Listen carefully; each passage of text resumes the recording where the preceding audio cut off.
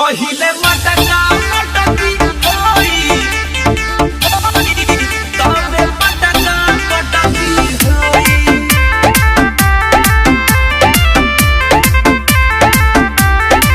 तबे मटका मटकी होई काहे न बुझला ये सारा के बतिया तोहरे से मिलल धड़कल छतिया ए सुनो अरे काहे न बुझला ये सारा के बतिया तोहरे से मिलल धड़कल छतिया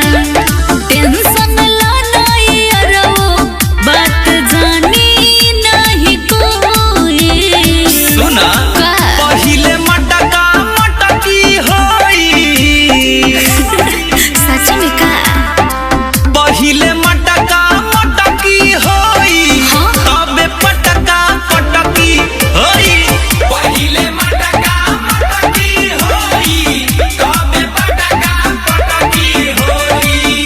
तो ठीक बाबा मटका मटकी होई तबे पटका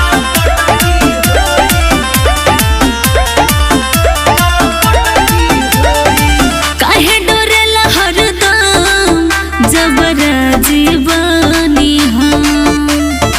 ढेर न करो छम छम का? लोग देख लिए सनम हाँ तो का हो जाए देखे दो